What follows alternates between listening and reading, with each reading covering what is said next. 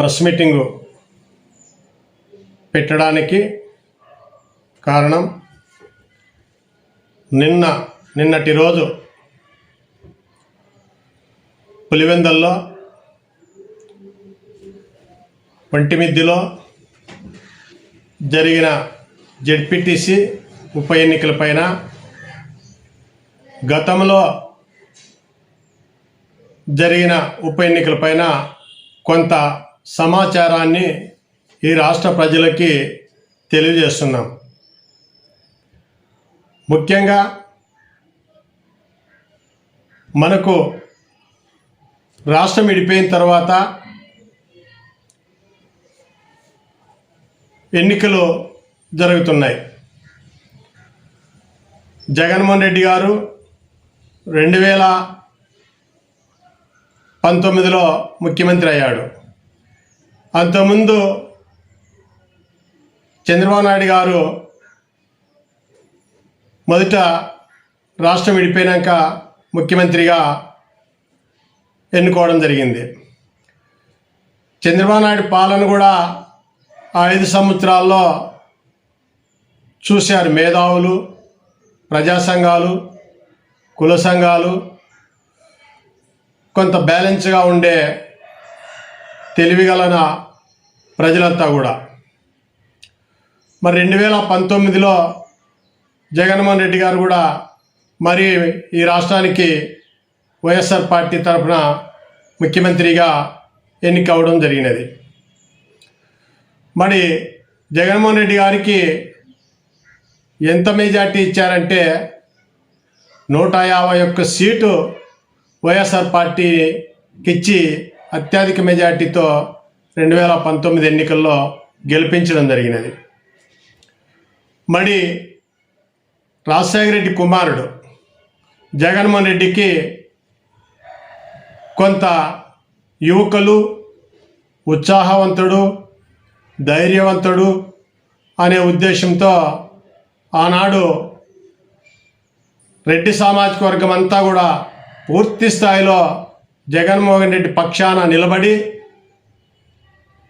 ఎన్నికల్లో చంద్రబాబు నాయుడిని వెదిరించి 151 సీట్లు తీసుకురావడం జరిగింది. మరి 151 సీట్లతో గెలిచిన జగన్మోహన్ రెడ్డి గారు ఎంత మంచి పరిపాలన అందించాలో ఈ రాష్ట్ర ప్రజలంతా ఎంతో ఆశించారు. మరి అటువంటి పరిపాలన అందించినాడంటే చాలా వెనకబడిపోయాడనేదే మేము కూడా అంగీకరిస్తున్నాం, చెప్తున్నాం.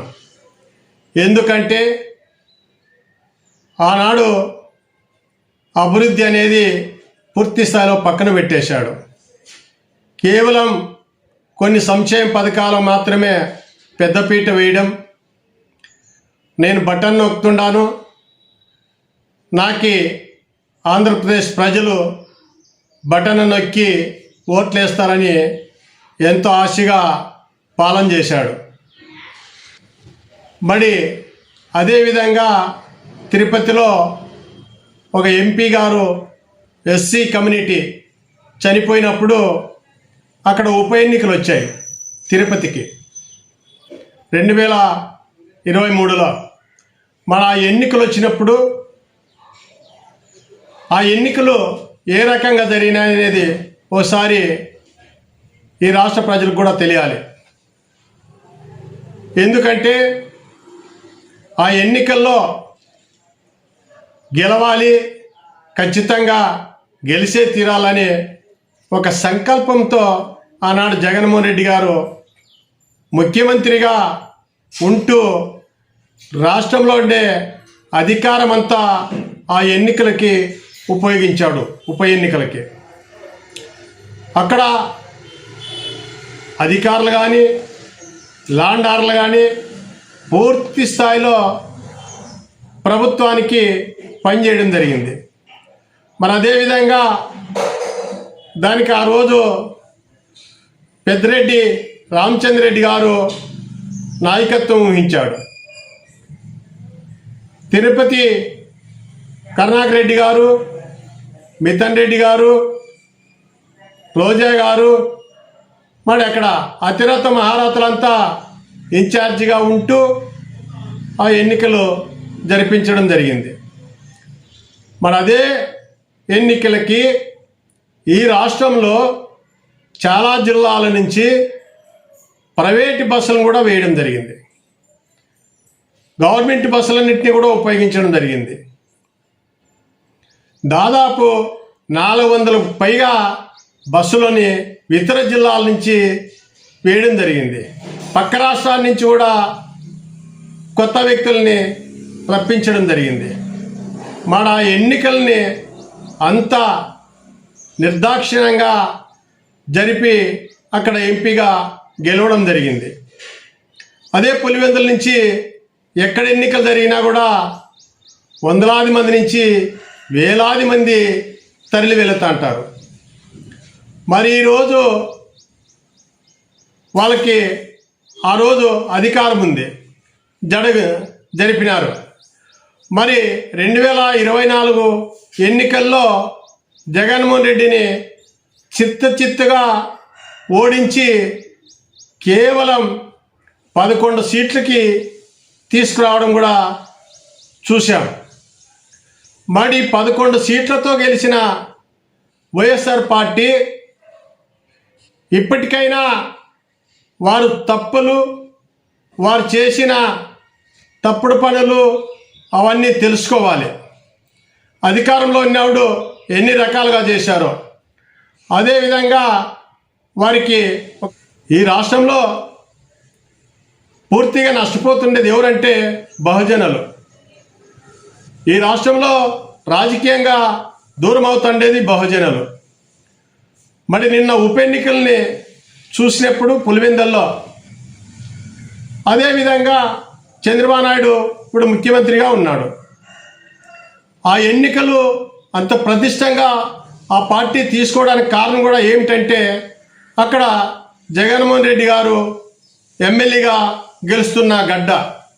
గత 40 సంవత్సరాలుగా వేకదాటిగా పులివెందుల్లో ఏ ఒక్కరికి అవకాశం లేకోకుండా అక్కడ చాలా సందర్భాల్లో ఇనామినేషన్ చేసుకున్న ఎన్నికలెన్నో చూసాం. సర్పంచ్ ఎన్నికలు కానీ, జెడ్పీటీసీ ఎన్నికలు కానీ, ఎంపీటీసీ ఎన్నికలు కానీ ఎక్కడ చూసినా ఆ కడప డిస్టిక్లో మొత్తం ఇనామినేషనే చేస్తుంటారు. మరి ఇప్పుడు ఆ అవకాశము ఆ వైఎస్ఆర్ పార్టీకి దక్కలేదు. ఇప్పుడు చంద్రబాబు నాయుడు గారు ముఖ్యమంత్రిగా కూర్చొని అక్కడ ఎట్లయినా కానీ ఎన్నికలు ప్రతిష్టంగా జరగాలి. జగన్మోహన్ రెడ్డి గారు వచ్చి కుప్పంలో ఏ రకంగా ఎన్నికలు చేశాడో అన్ని రకాలుగా చేశాడు. నేను ఇప్పుడు అక్కడ ఖచ్చితంగా మా పాత్ర కూడా ఎక్కువగా ఉండాలని ఆయన కూడా ఒక రకంగా ప్రభుత్వ యంత్రాంగాన్ని అంతా కూడా వారి చేతుల్లో ఉంచుకోవడం జరిగింది.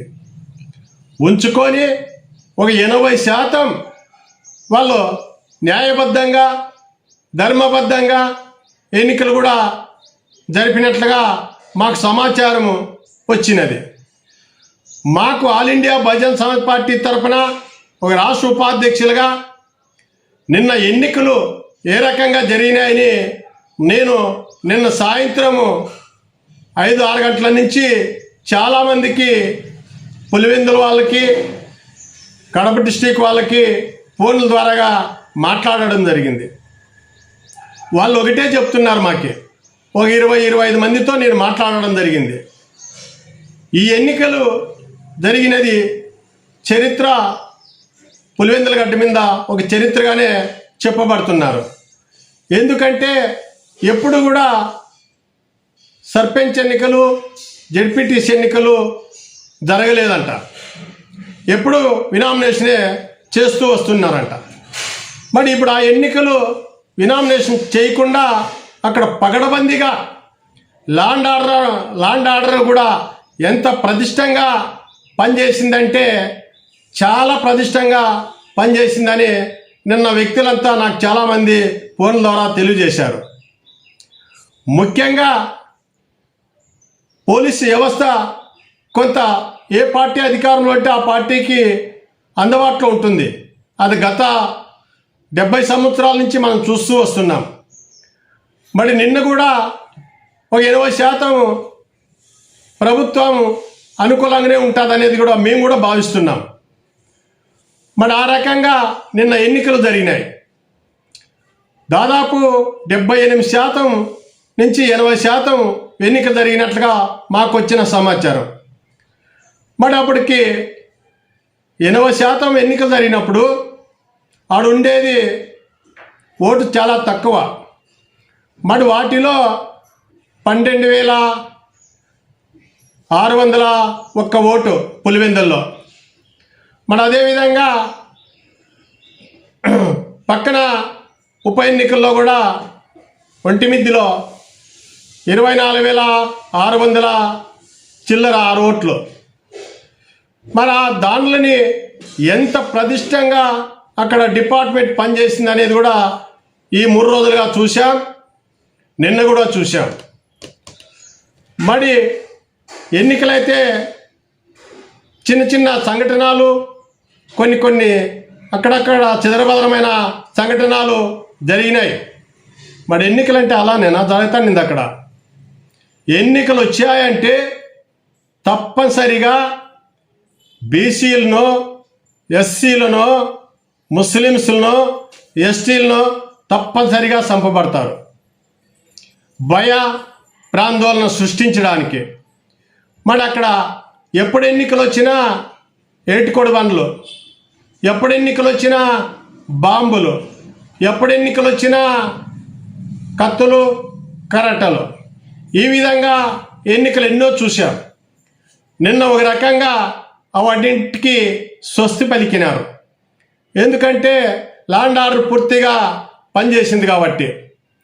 మరి అక్కడ ఒక పార్టీ వారికి కంటిన్యూగా ఎన్నికలు వేసుకుంటా కొంతమందే వచ్చారు. చాలామంది 60% మందిని ఓటేసే అవకాశం రానిచ్చేవాళ్ళు కదా ఆ గడ్డ మీద.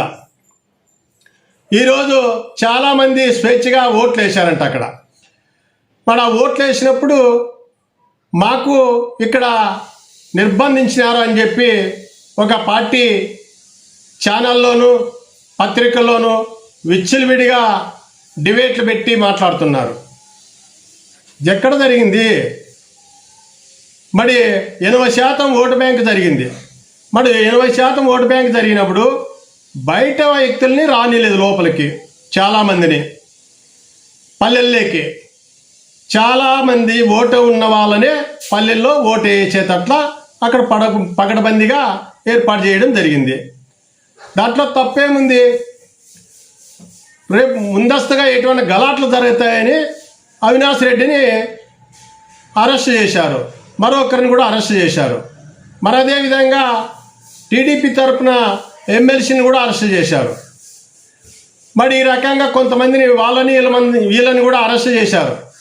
ఓటు అయితే జరిగింది కదా, ఎక్కడ చంపబడలేదు కదా, ఎవరు మరణాల వార్త లేదు కదా. మరి ఈ రకంగా మనం చూస్తే ఒక రకంగా స్వేచ్ఛగా ఎన్నికలు జరిగినాయి అనేది అక్కడ 80% జనాభా చెప్పుకుంటున్నారు. కాబట్టి all India Bahujan Samaj party తరఫున మేము కోరేది ఏమంటే, నేటి పాలకులకు కూడా, నేటి ప్రభుత్వాన్ని ఎక్కడ ఎన్నికలు జరిగినా స్వేచ్ఛగా జరగాలి, స్వతంత్రంగా జరగాలి, ప్రజలే ఓట్లు వేయాలి, డబ్బులతో ఓట్లు వేయించుకునే సంస్కృతి విడనాడాలి, కోట్ల ఖర్చులు పెట్టే సంస్కృతి పోవాలి. అది పోయినప్పుడే దోపిడీలకి చెక్కబడుతుంది, విచ్చలవిడిగా దోచుకోవడం మానేస్తారు. కాబట్టి మా all India Bahujan Samaj party తరఫున మేము కోరేది ఒకటే, ఈ రాష్ట్రంలో ఎక్కడ ఎన్నికలు జరిగినా న్యాయబద్ధంగా, ధర్మబద్ధంగా ఎవరు నామినేషన్లు వేసినా వాళ్ళని స్వాగతించాలి, ఎవరు పోటీలో ఉన్నా వాళ్ళకి రక్షణ కల్పించాలి. తప్పనిసరిగా రాను మారుతుంది కాబట్టి రేపటి వచ్చే ఎన్నికల్లో కూడా పూర్తి స్థాయిలో మారాలని మేము ఈ రాష్ట్ర ప్రభుత్వాన్ని డిమాండ్ చేస్తున్నాము. మరి అదేవిధంగా రాష్ట్రంలో భోజనాలకు జరుగుతున్న అన్యాయాలపైన తిరుగుబాటు చేయాలి. భోజనాలకు రాజ్యాధికారం కోసమే all India Bahujan Samaj party తరఫున ఒక 6-7 రాష్ట్రాల్లో పనిచేస్తుంది. ఆంధ్రప్రదేశ్లో కూడా బలంగా పనిచేస్తుంది. రాబోయే రోజుల్లో మన బహుజన సమాజ్ పార్టీ అధికారంలోకి రావాలని కోరుకుంటున్నాం. ఆ దశగానే పనిచేస్తాం.